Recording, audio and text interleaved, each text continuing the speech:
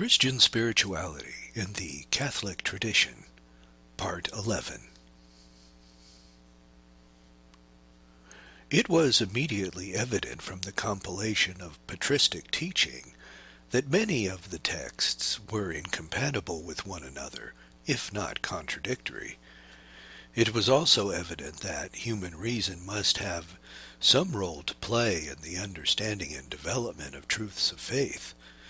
Conger summarizes the problem as follows. The 11th century is plagued by a fight between dialecticians and anti-dialecticians. The radical question is, can Christian doctrines be understood in terms of reason's categories? If not, what status should be given to human reason, which is God's creation and man's horror? If, on the other hand, the answer is yes, does this not make Christian realities merely a matter of general laws which the human reason can attain? And in any case, where is the mystery? Where is the supreme, unique, and sovereign character of Christian realities? This, then, is the stake at issue between the dialecticians and the anti-dialecticians. Some among these latter take an extreme position. They strongly assert with St. Peter Damian that reason has no teaching authority in Christianity. They consider any encroachment of dialectics on the sacred text as to be sacrilege.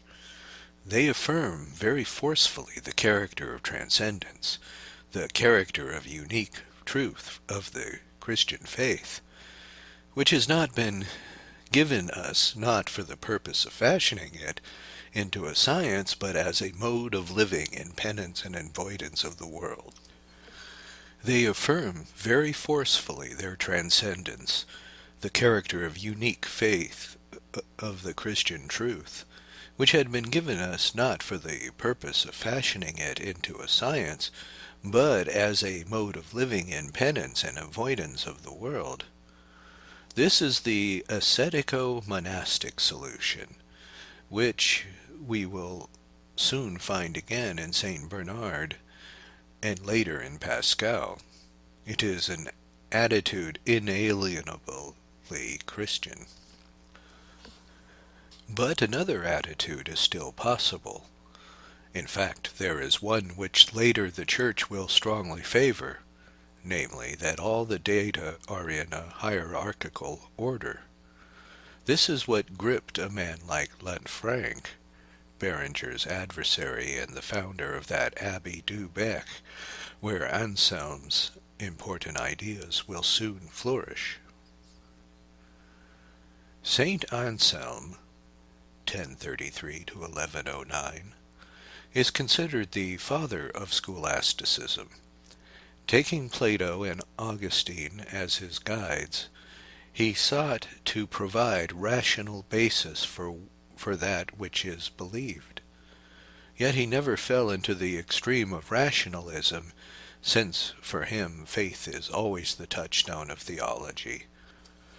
His two basic principles greatly helped to pacify the contenders in the dispute concerning the role of human reason vis-a-vis revealed truths. As a matter of fact, St. Anselm insisted that without faith, a person cannot possibly understand the revealed truths. The following statements, one by Anselm and the second by Almer, a disciple, reveal Anselm's understanding of the relationship between faith and reason. No Christian should openly discuss why the Catholic Church fully believes and orally confesses a certain doctrine to be true. However, while simply believing and heartily living according to it, he may sink patiently as its rational basis. If he understands it, let him give thanks to God. If not, it is stupid to protest. Let him bow his head in submission. Although we believe whatever the Scriptures direct us to believe about Christ, it is nevertheless sweeter for us if some manner we come to grasp by reason that the very object of our faith must be so. It cannot be other than our faith teaches us. God is the supreme ratio, and in him resides the certain source of all rational argumentation. St. Anselm succeeded in combating the excesses of certain dialecticians, and at the same time he helped to calm the fears of the inflexible traditionalists. It was Peter Lombard, who died in 1160, however, who succeeded in introducing the new methods of theological investigation. The use of Aristotle's philosophy and the response to theological questions by a survey of opinions of theologians and the fathers of the Church. Peter Lombard's most famous work was entitled The Four Books of the Sentences, and he became known as the master of the sentences. For several centuries, the sentences of Peter Lombard were the basic text for the study of theology. Inevitably, this new scholastic system substitutes questions and answers for a study of the biblical and patristic sources of theology. Deductive reasoning gradually replaced lectio divina, except in the traditional monasteries. There is no doubt that many theologians saw themselves simply as carrying into effect the statement of St. Augustine, Desideravi intellectu videri quod credendi. It is also true that many of the new theologians would maintain, at least theoretically, that speculative theology terminates and is perfected in contemplation. In fact, however, asceticism and mysticism were more and more isolated as dogmatic and moral theology became more and more rational. To make matters worse, St. Bernard, William of St. Thierry, Hugh of St. Victor, and Robert Grosseteste had to protest strongly against Abelard's excessive dialectic and proclaim the supremacy of faith over all rational knowledge. Against Abelard's excessive dialectic and proclaim the supremacy of faith over all rational knowledge of the truth of revelation. Vandenbroek sums up the situation in this way. The scholastic method of theological research, which was born in this century, was, in fact, a new one. The master of the sentences became the chief authority, and at least the necessary starting point.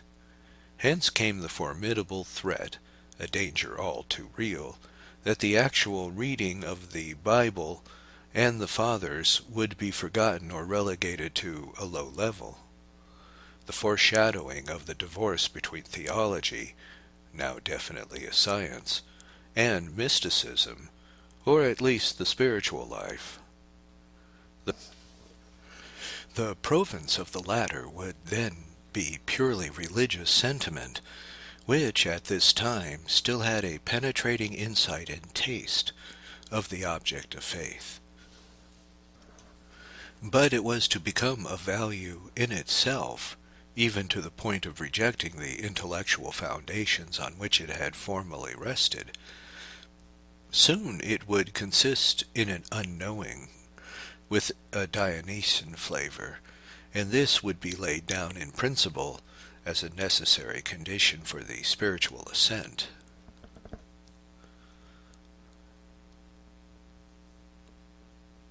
Saint Dominic and the Friars' Preachers. Religious life continued to evolve in the 13th century as it had in the 12th, and the evolutionary necessary involved the retention of some traditional elements as well as the introduction of the original creations. In fact, the variety of new forms of religious life reached such a point that the Lateran Council of 1215 and the Council of Lyons in 1274 prohibited the creation of new religious institutes henceforth. Nevertheless, two new orders came into existence in the 13th century, the Franciscans and the Dominicans. As mendicant orders, they both emphasize a strict observance of poverty. As apostolic orders, they were dedicated to the ministry of preaching. Yet there was a tolerable continuity between the newly founded mendicant orders and the older forms of monasticism, and the life of the canons regular. At the risk of oversimplifying, we may say that the Franciscans adapted Benedictine monasticism to new needs, while the Dominicans shaped the monastic observances of the Premonstratians to the assiduous study of sacred truth, which characterized the canons of St. Victor. The mendicant orders, however, were not simply a development of monasticism. Much more than that. They were a response to vital needs in the Church, the need to return to the Christian life of the gospel, vita apostolica,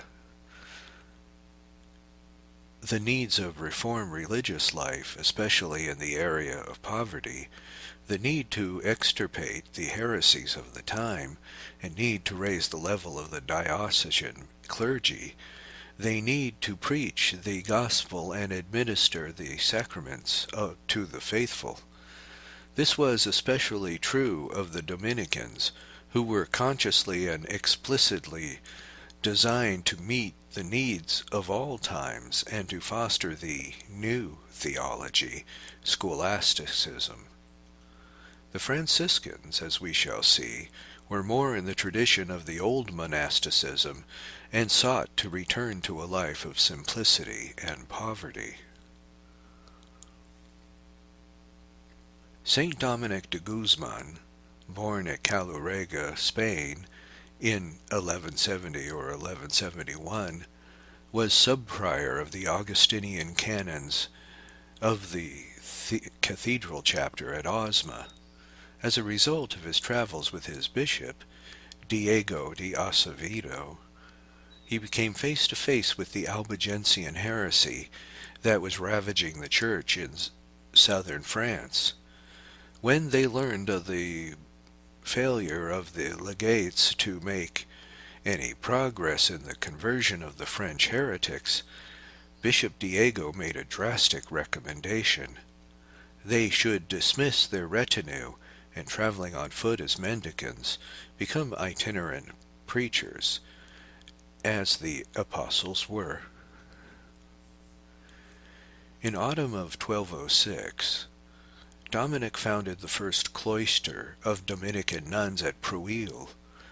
Towards the end of 1207, Bishop Diego died at Osma, where he had returned to recruit more preachers. The work of preaching did not end with the death of Bishop Diego, but during the Albigensian crusade under Simon Montfort from 1209 to 1213, Dominic continued the work almost alone, with the approval of Pope Innocent III and the Council of Avignon, 1209.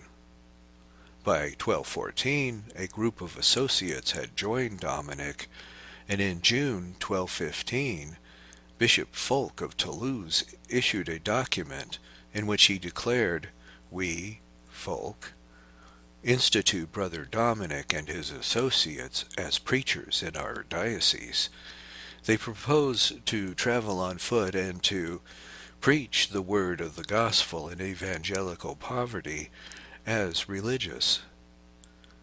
The next step was to obtain the approval of the Holy See, and this was of special necessity in an age in which preaching was the prerogative of bishops. The opportunity presented itself when Dominic accompanied Bishop Fulk to Rome for the Lateran Council, which was convoked for November 1215. According to Jordan of Saxony, Dominic desired confirmation on 2 points: the papal approval of an order dedicated to preaching, and papal recognition of the revenues that had been granted to the community at Toulouse. Although Pope Innocent III was favorably inclined to the petition, he advised Dominic to return to Toulouse and consult with his companions regarding the adoption of a rule. Quite logically, the rule chosen was that of St. Augustine, as Hinnenbusch points out. The adoption was dictated by the specific purpose St. Dominic sought to achieve: the salvation of souls through preaching, an eminently clerical function. The rule of St. Augustine was best suited for this purpose. During the preceding century it had become par excellence the rule of canons, clerical religious. In its emphasis on personal poverty and fraternal charity, in its reference to the common rule lived by the Christians in the apostolic age, in its author, it was an apostolic rule. Its prescriptions were general enough to allow greater flexibility. It would not stand in the way of particular constitutions designed to achieve the special end of the order. In the Rule of St. Augustine, the early Dominicans used the customs of the Premonstratenses as a source for their monastic observances, for which reason they were often called canons as well as Mendicant Friars. It was peculiar to the Dominican order, was added by the first chapter of 1216 and a general chapter of 1220.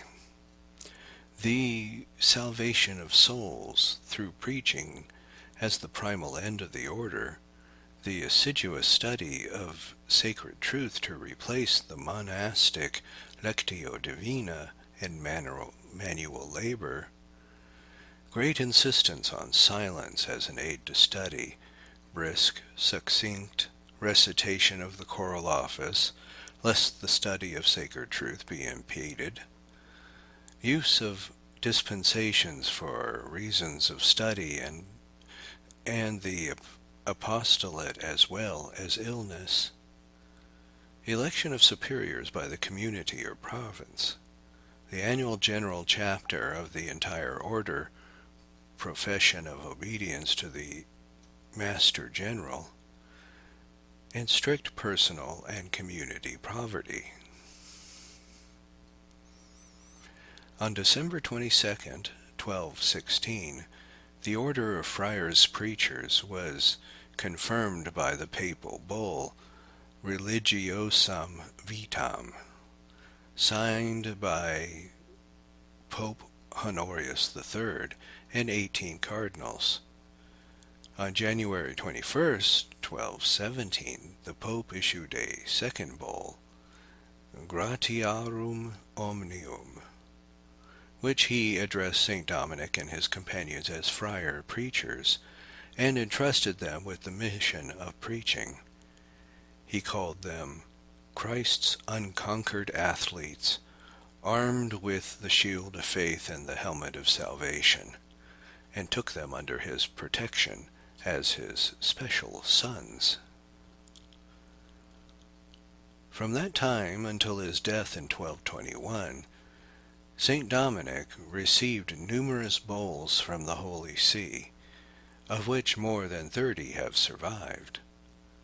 The same theme is found in all of them, The order of preachers is approved and recommended by the Church for the ministry of preaching. Saint Dominic himself left very little in writing, although we may presume that he carried on an extensive correspondence. The writing attributed to him are the Book of Customs, based on the Institutiones of the Premonstratenses, the constitutions for the cloistered Dominican nuns at San Sisto in Rome, and a personal letter to the Dominican nuns at Madrid. The Dominican friars were fully aware of the mission entrusted to them by Pope Honorius III. In the prologue of the primitive constitutions we read that the prelate shall have power to dispense the brethren in his priority when it shall seem expedient to him, especially in those things that we see to impede study, preaching, or the good of souls, since it is known that our order was especially founded from the beginning for preaching and the salvation of souls. This text, says Hindenbusch, is the keystone of the apostolic order of friars preacher.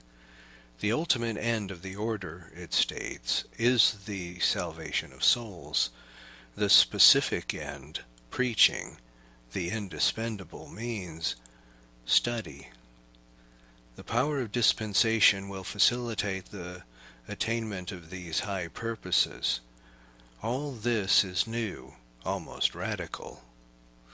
On the other hand, it may be interpreted as a return to the authentic vita apostolica, and that is the way St. Thomas Aquinas would see it. The apostolic life consists in this, that having abandoned everything, they should go throughout the world announcing and preaching the gospel, as made clear in Matthew 10:7-10. The preachers of the gospel need to be fortified by sound doctrine, and for that reason the first general chapter of the order specified that in every priory there should be a professor.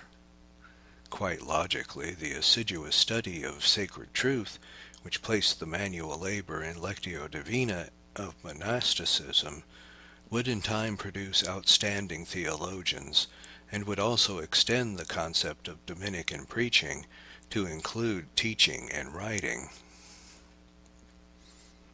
The Dominican life was also contemplative, not in the monastic tradition, but in the canonical manner of the Victorines. That is to say, its contemplative aspect was manifested especially in the assiduous study of the sacred truths and in the liturgical worship of God. However, even the contemplative occupation of study was directly ordered to the salvation of souls through preaching and charity, and the liturgy, in turn, was streamlined with a view to the study that was prepared the friars for their apostolate. Thus, the primitive constitution stated, "Our study ought to tend principally, ardently, and with the highest endeavor to the end that we might be useful to the souls of our neighbors." All the hours are to be said in church briefly and succinctly, lest the brethren lose devotion and their study be in some way impeded. Because of the central role which the study of sacred truth plays in the Dominican life, the spiritualities of the friar's preacher is at once a doctrinal spirituality and an apostolic spirituality.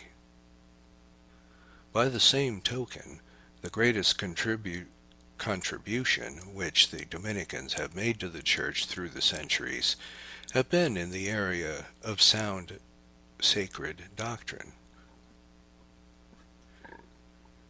Whether from the pulpit of the preacher, the platform of the teacher, or the books of the writer, the assiduous study of sacred truth, so strictly enjoined on the friars by St. Dominic, provides the contemplative attitude from which the friar preacher gives to others the fruits of his contemplation. In this restricted sense we may say with Walgrave that the Dominican is a contemplative apostle.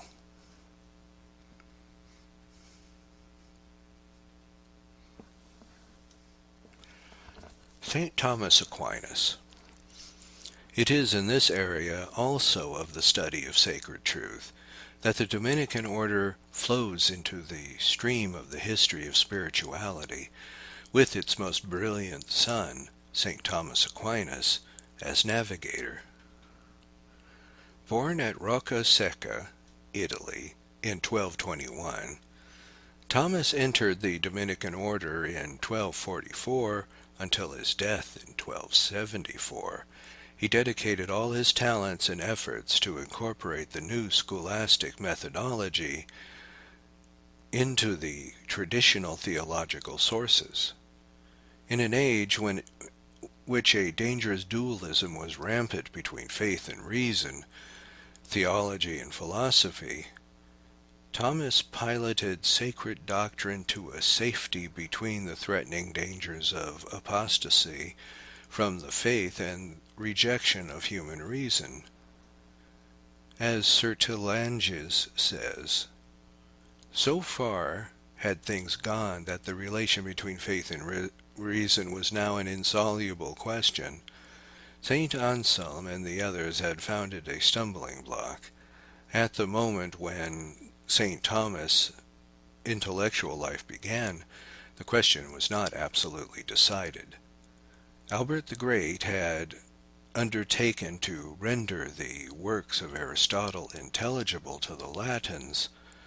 Despite his truly great personal fame, he was not the man to direct his age and leave the Church to safety. Abelard, a few decades before, had prepared the way. He was a dialectician of repute, fully aware of the need of providing the faith with rational weapons by the introduction of philosophy. He became the pioneer of the new reform, but it did it more harm than good in the long run. The real leader was yet to come. St. Thomas was providentially raised to fill this role, and he succeeded in spite of all opposition. That was actually involved in the clash between traditional Augustinian theology and Aristotelian scientific philosophy had been succinctly described by Congar. It cannot be denied that Albert the Great and Thomas Aquinas appeared as innovators in the 13th century. What set them apart was the fact that they had a philosophy, that is, a rational system of the word, in which its order was self-consistent and self-sufficient. What then did Albert and Thomas Aquinas do? What was the point of the dispute that arose between them and the Augustinians when Bonaventure, Kilwardby, Peckham, and others opposed Albert the Great and St. Thomas? What did they want and why did they act? On the one hand, these opponents were far from rejecting philosophy. They were philosophers as enthusiastic as those they fought. On the other hand, it is clear that neither Albert nor Thomas refused to subordinate philosophy to theology. The formula, Ancilla Theologicae, handmaid of theology, was common to two schools. And there were two schools. Why? Following Augustine, the Augustinians considered all things in relation to the last goal. A purely speculative knowledge of things that had no interest for the Christian. Truly to know things was to refer them to the charity of God. So, in the Augustinian perspective, things will be considered not in their pure essence, but in their reference to the last goal, in the use man made of them in his return to God. Again, if to know things is to determine their intention of the first agent, who is God, then things were to be considered in their relation to the will of God, who made them as he wanted and used them how he willed. In the Augustinian school, true knowledge of spiritual things is also love and union. Moreover, the truth of the true knowledge does not come from experience and sensible cognition, but from a direct reception of light coming from the spiritual world, that is, from God. Now this is very important for the notion of theology, for the distinction between philosophy and theology, and for the use of natural knowledge in sacred science. Finally, if we consider the utilization of sciences and philosophy in theology, we see that in the Augustinian school, these have validity or meaning only in their relation to God. For Albert the Great and St. Thomas, the sciences represent a genuine knowledge of the world and of the nature of things. Therefore, the sciences in their order have a veritable autonomy of object and method, just as their order they convey their own truth. Now we understand better why Albert and St. Thomas followed the thought of Aristotle. They were looking not only for a master of reasoning, but a master in the knowledge of the nature of things, of the world, and of man himself. Certainly, St. Thomas was not ignorant any more than St. Bonaventure that all things must be referred to God. But alongside that reference to God in the order of use or exercise, he recognized an unconditioned bounty to the speculative intellect in the nature of specification of things, which was a work of God's wisdom. Does it not seem probable that such confidence in reason may endanger the unique, original, and transcendent character of Christian realities?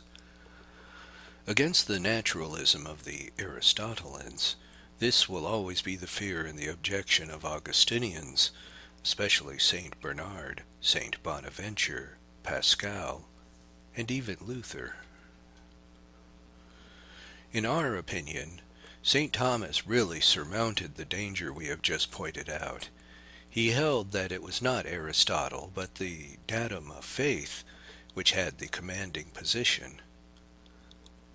Moreover, long before Luther, he noted that with regard to the sacred doctrine, an undue amount of attention that can be given to philosophy. First, and obviously, if the philosophy is false. Secondly, if faith and its revelations are substituted to a philosophical measurement, whereas it is philosophy that should submit itself to the measurements of faith. The theological thought of St. Thomas was based essentially on the Bible and tradition. We can never stress too much the fact that in those days theological teaching was profoundly biblical. Why, the ordinary lecture of a master was a commentary on sacred scripture. This is why the scriptural commentaries of St. Thomas represent his ordinary teaching as a master. Since the theology of the spiritual life has not yet emerged as a branch of theology, to be studied as a separate entity, so to speak, we do not find in the works of Aquinas any more than in the works of Augustine a separate treatise on spirituality. For the early scholastics, theology was an eminently unified science which treated of God and of all things in relation to God. Thus, for Aquinas, all of moral theology was seen as man's return to God, and all human acts receive their moral qualifications, ultimately and objectively by reason of their relationship to the ultimate end, God. In dogmatic theology, all questions are investigated in a spirit of faith, which listens to the God who speaks through revelation. In the theology of the spiritual life, Aquinas bases everything and judges everything by that Spirit which is charity, which is perfected as wisdom, and is incarnated in Christ through the Holy Spirit. Christian perfection, for St. Thomas Aquinas, is a supernatural perfection, and since man is by nature far removed from the supernatural order of the divine, the essential principle of her spiritual life is God's gift to grace, which elevates man to the supernatural order. Grace, however, respects man's nature in the sense that it perfects it at the same time that it works through it. The faculties of these works or operations are the virtues, which again admit of a division into purely natural and acquired virtues and supernatural infused virtues. The greatest of the virtues is charity, for it is charity that unites the soul to God. Among all the other virtues, both theological and moral, are related to charity by means of attaining union with God, but charity is the queen of all the virtues. And when charity so permeates the soul of the Christian that he is docile to God's will, the gifts of the Holy Spirit operate in the soul and constitute the mystical activity of the spiritual life. For St. Thomas, the perfection of the Christian life consists in the habitual donal activity of the Holy Spirit, which becomes possible when the individual loves God with his whole heart and all his strength.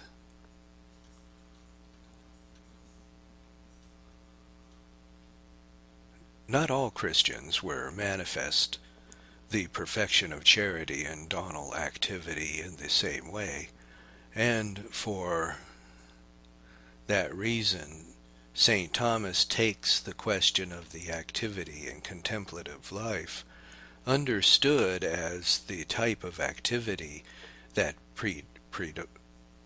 predominates the life of a Christian. Although he follows the traditional biblical and monastic teaching that the contemplative life is objectively superior to the active life, St. Thomas readily admits that there are concrete situations in which the superiority is reversed. In fact, like St. Gregory the Great, whom he quotes extensively, Aquinas shows that the active life may have an ascetical value as a preparation for contemplation, but it may have a mystical value of its own, as when the apostolate flows from the perfection of charity and a deep interior life. We do not find in Thomistic theology any restrictive concept of Christian perfection in terms of contemplation or contemplative state of life. Saint Bernard, Saint Gregory the Great, Pseudo-Dionysius, and Richard of St. Victor are primary sources for St. Thomas in his treatment of contemplation. At the outset, he investigates the psychology of the contemplative act and concludes that it is essentially an intellectual operation which originates by a movement of the will and terminates in delight, which intensifies love. Contemplation, for Aquinas, is a simple gaze upon a truth. Although other activities may dispose for contemplation, such as reading, listening, meditation, cogitation, and so on,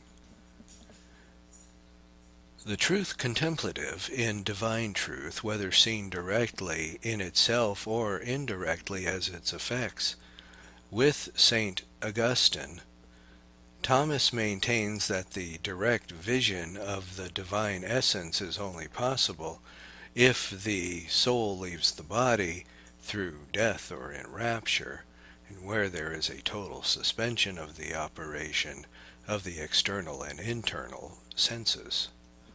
As regards the type of contemplation, Aquinas seems to admit the existence of natural or acquired contemplation, for he states that the 6 types of contemplation, enumerated by Richard St. Victor, are to be understood as follows.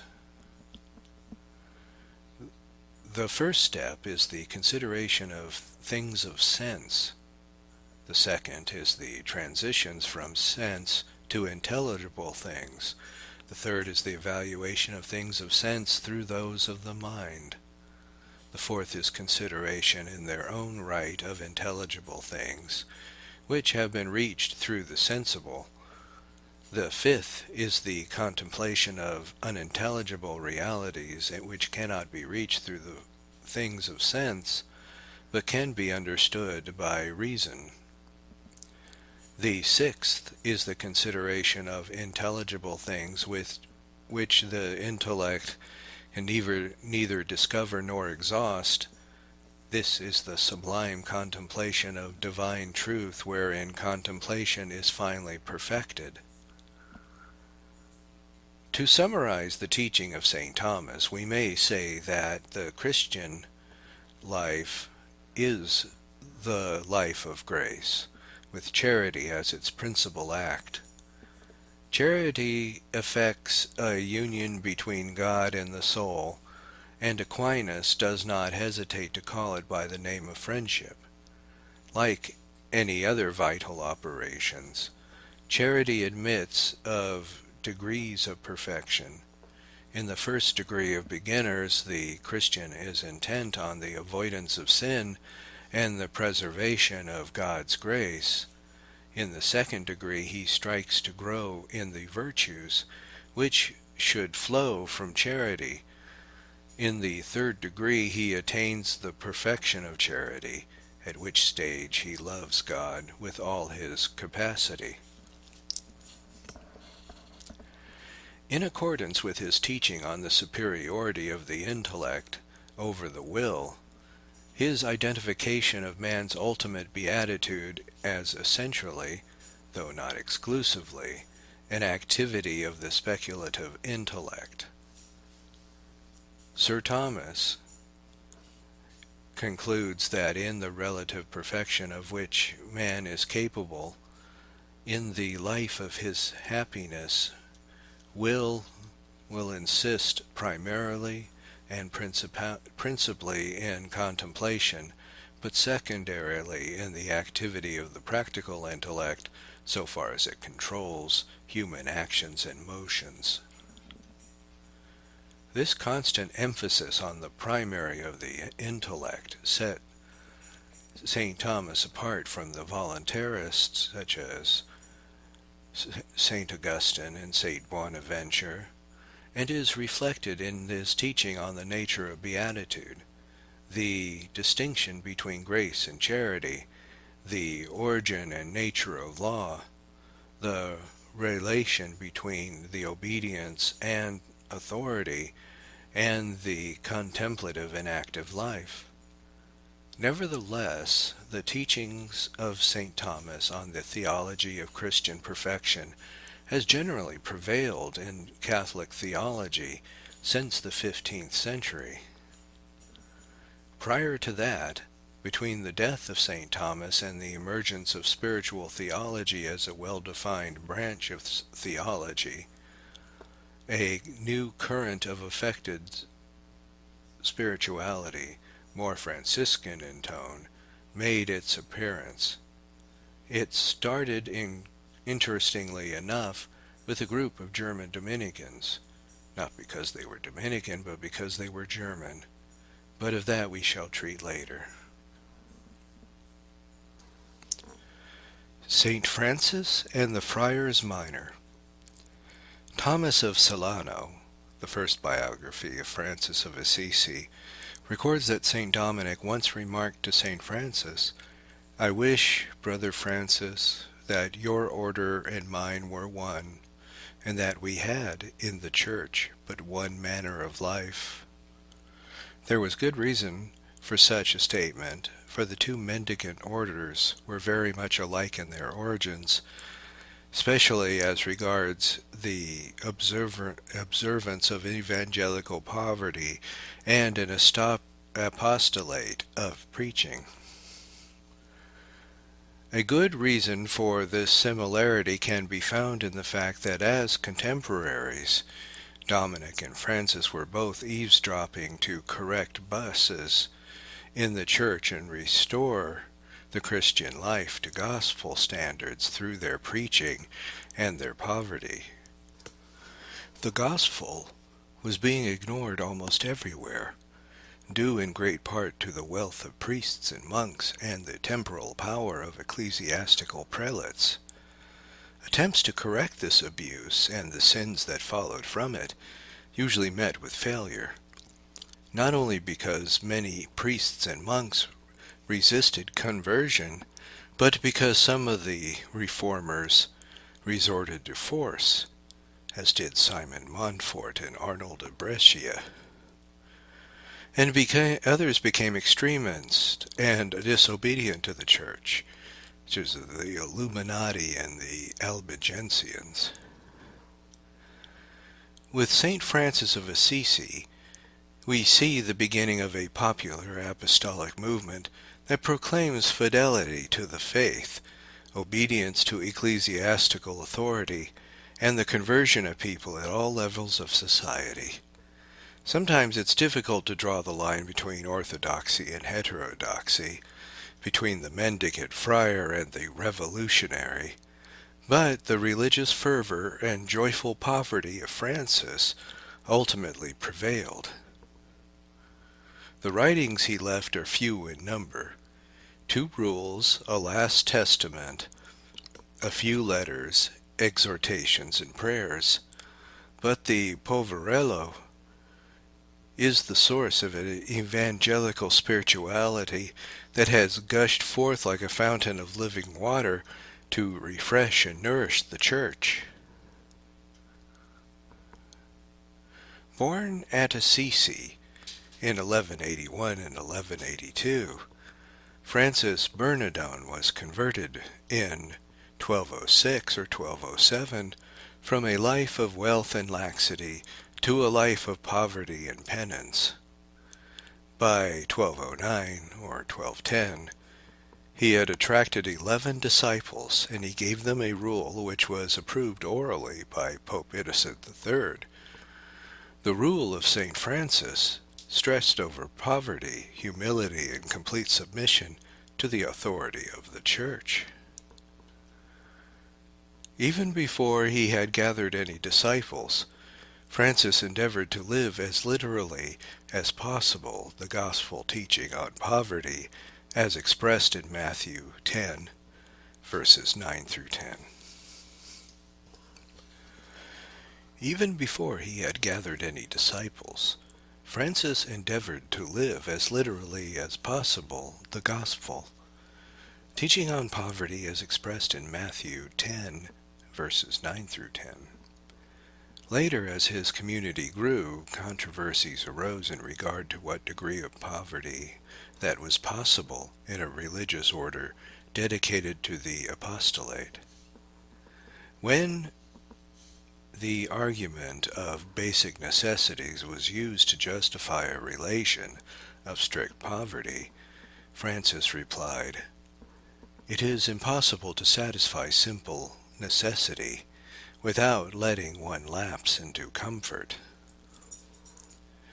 On another occasion he warned, "The world will turn away from the Friars Minor in the measure that they turn away from poverty."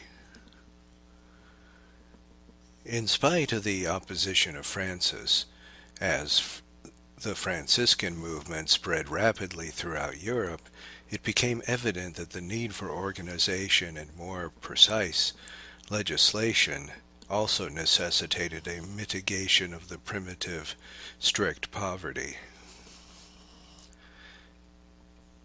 Many interesting questions arise in respect to the ideal of St. Francis. Is it possible to follow a literal interpretation of the gospel teaching on poverty? Did France originally envision groups of mendicant preachers without stability, without affiliation to any organized society, rather than a religious order? Did Francis err in emphasizing poverty to such as an extent that some friars made it a goal rather than means?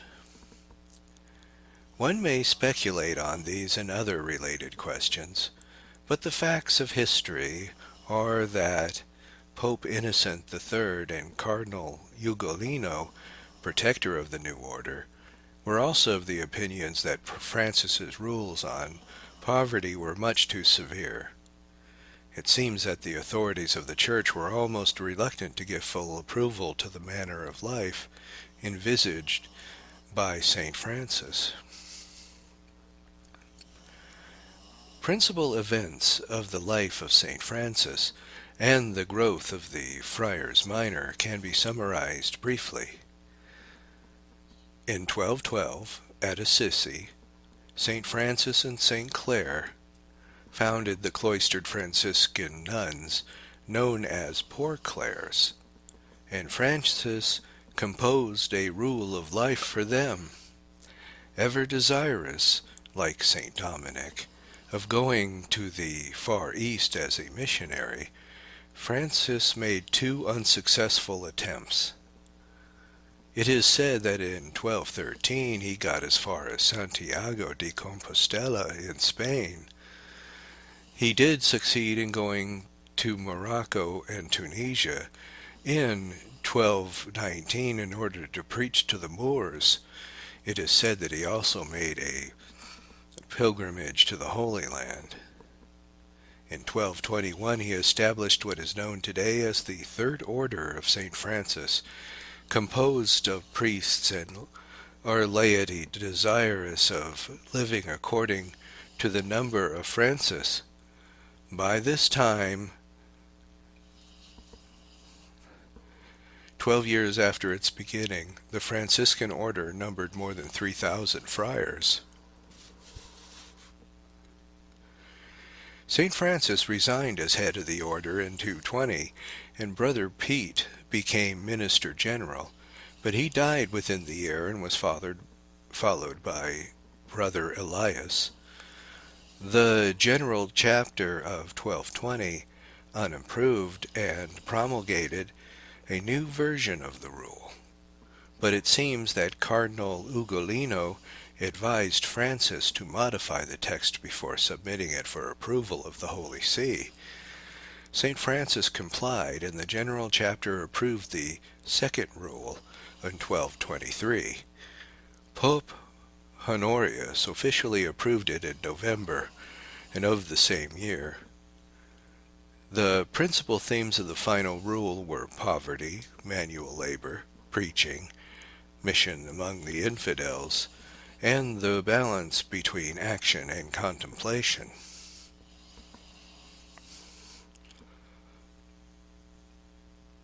St. Francis then dedicated himself almost exclusively to preaching, penance, and prayer. On September 17th, 1224, he received the grace of the stigmata in the hermitage at Mount Alverno. This is the first recorded instance in the history of Christian spirituality in which an individual has been visibly marked with the signs of the Passion of Christ. It had been repeated numerous times in subsequent history, and even in modern times.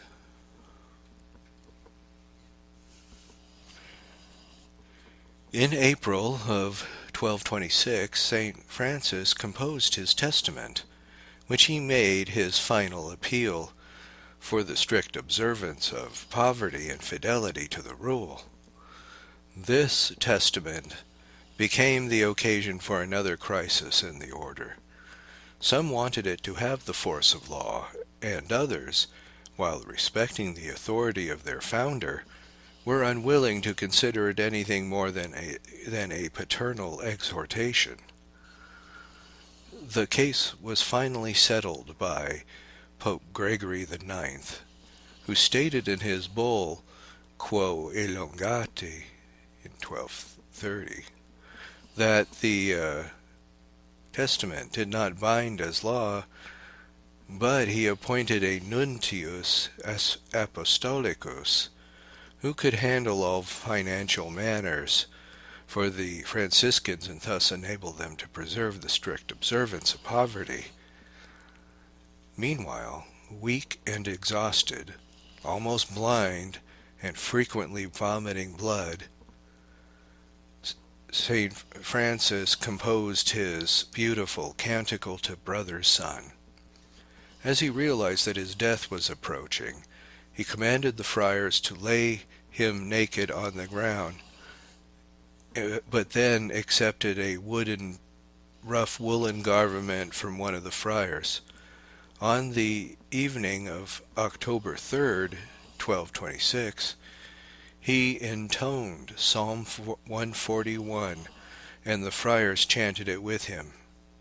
Then one of the friars, at Francis' request, read aloud chapter 13 of St. John's Gospel, and during the reading, Francis passed into eternal life.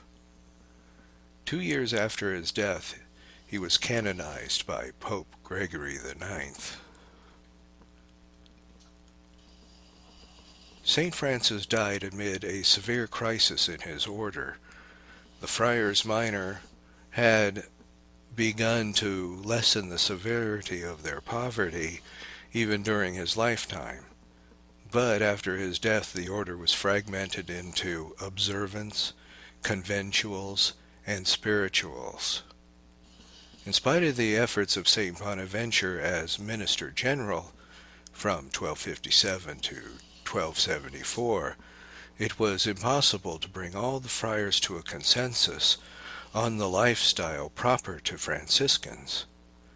As recently as 1909, Pope Pius X, in his apostolic letter Septimo Iam Pleno, declared that the three branches of the First Order of Franciscans are established in perpetuum as Friar Minors of the Leonin Union,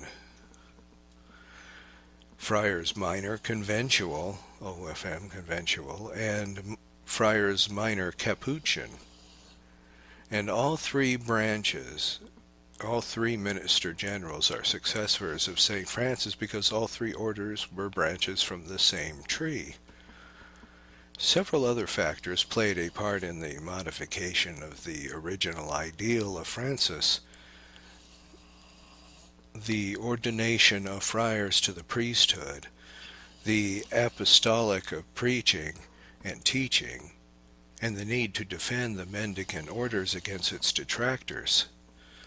From the very beginning, following the example of Francis himself, the early friars were dedicated to itinerant preaching, and although some basic education was required, the Franciscans were unwilling to inaugurate courses of study because of St. Francis's attitude towards learning.